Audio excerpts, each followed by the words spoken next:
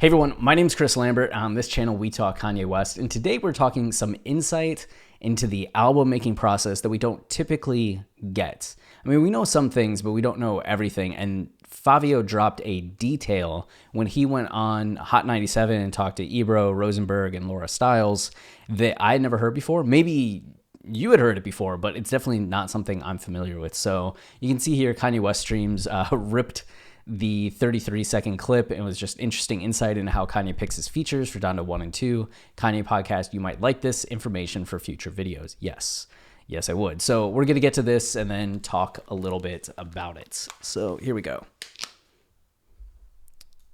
The beginning, I was like, oh, Fivio found his bag. Now, how many records did you actually contribute to on Donda, though? Outside of Off the Grid? I would think.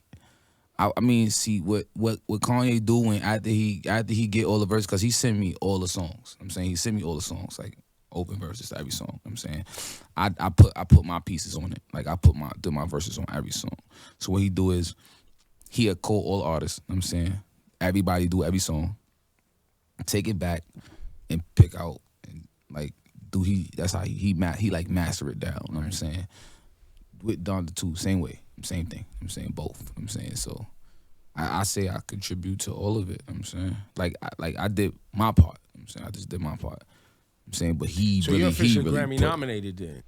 So that was the only, like, they don't go back to it at that point, but it's really fascinating to hear that because as far as I'm aware, we know that Ye works with a lot of artists, right? And he'll get features that he often never even uses just because he wants to hear how people are sounding and may not like. Like there was the whole Soulja Boy, Keep My Spirit Alive. That was the song, right? Where Soulja Boy had a verse on it and Ye's just like, nah, and cuts it.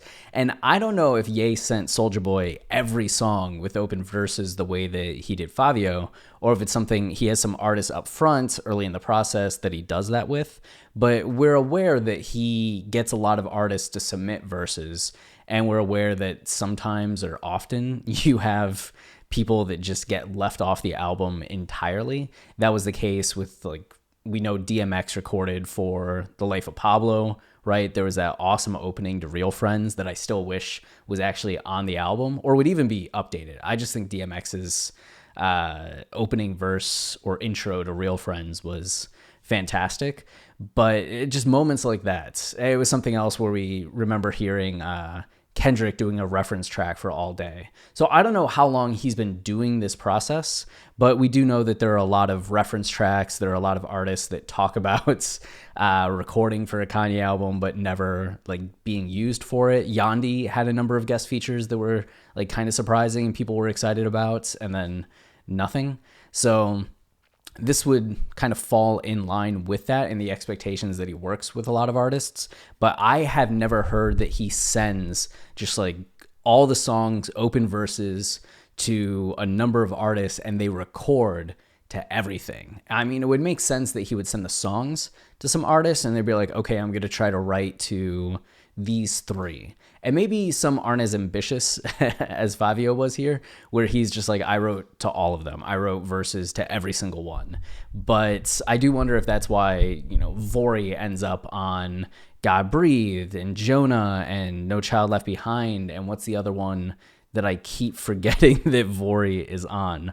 Like that, right? Or I wonder how many Baby Keem wrote verses for and ended up on Praise God.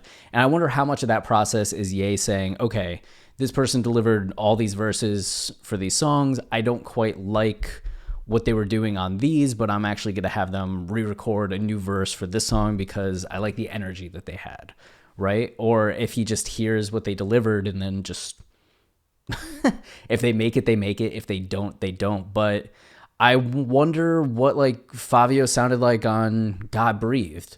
What did he sound like on Praise God? What did he sound like on Jesus Lord, right? Or did Soulja Boy record for Jesus Lord? I'm just imagining the Ye verse for Jesus Lord and then what a Soulja Boy verse for Jesus Lord would sound like. But he also said that happened with Donda 2 as well, that Ye's sending open tracks to a bunch of people and then getting everything back. So that's really fascinating in terms of just understanding more of where Ye's at with his process. And it fits into what we've been told from other people over the last, decade, that Ye works very much like a filmmaker, like a director, where he has a bunch of people doing jobs. He's getting input from a lot of people, but he is the executive producer, the director, and boils everything down.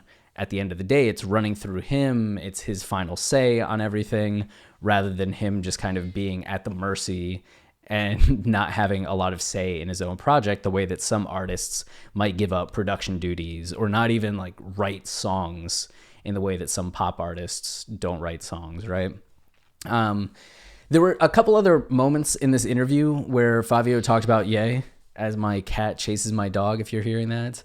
Right up front, right at the very beginning of the interview, they ask how he met Kanye, and it just talks about how one of his friends set him up. They had a 20-minute phone call. He went out there, and he was spending time between sleeping in Mercedes-Benz Stadium and in the hotel across the street, the Reverb Hotel, for those of you that were at LP1 or LP2 and had the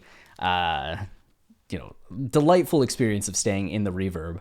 But they also talk again at about the 20-minute mark or 23-minute mark, 24, about how Fivio just talks to Ye like a regular person, and a lot of people don't. He was saying that he was kind of surprised by how many people are so nervous around Ye, how they wouldn't say anything when Ye's in the room, and as soon as Ye leaves the room, they're all whispering what was going on.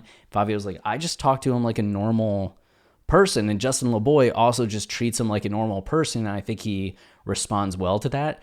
But the funny part to me was that in the aftermath of saying that, they go directly from that, I don't understand why people just don't treat him like a normal person, to talking about how Fivio was so surprised because he thought he was going to be the new guy, and then realized that everybody around him had only been there for 2 days. And it's because Ye had fired the previous team, wholesale, just fired everybody that was working on the album and brought in an entirely new crew. And he's just he moves like that. And it was maybe that's why some of the people were scared to say anything, because they're just oh no, is he going to tell me to go find God? What is happening? Hey, pup. Okay. My dog wants me for something. But that's also the end of the video in general. So an interesting insight that Fivio provides, and he's currently on his press tour for Bible that just came out on Thursday. So if you want to give that a listen, of course, City of Gods is on it with Ye. Casey Pluto, if you've been following anything regarding Kanye and the making of Donda over the last few years, you're familiar with Casey's name. He's on the album twice and Shining. So there's some good tracks on there. People are responding well to it, but definitely give it a listen as my dog huffs and puffs at me. Until next time, stay wavy and keep it loopy. Cheers.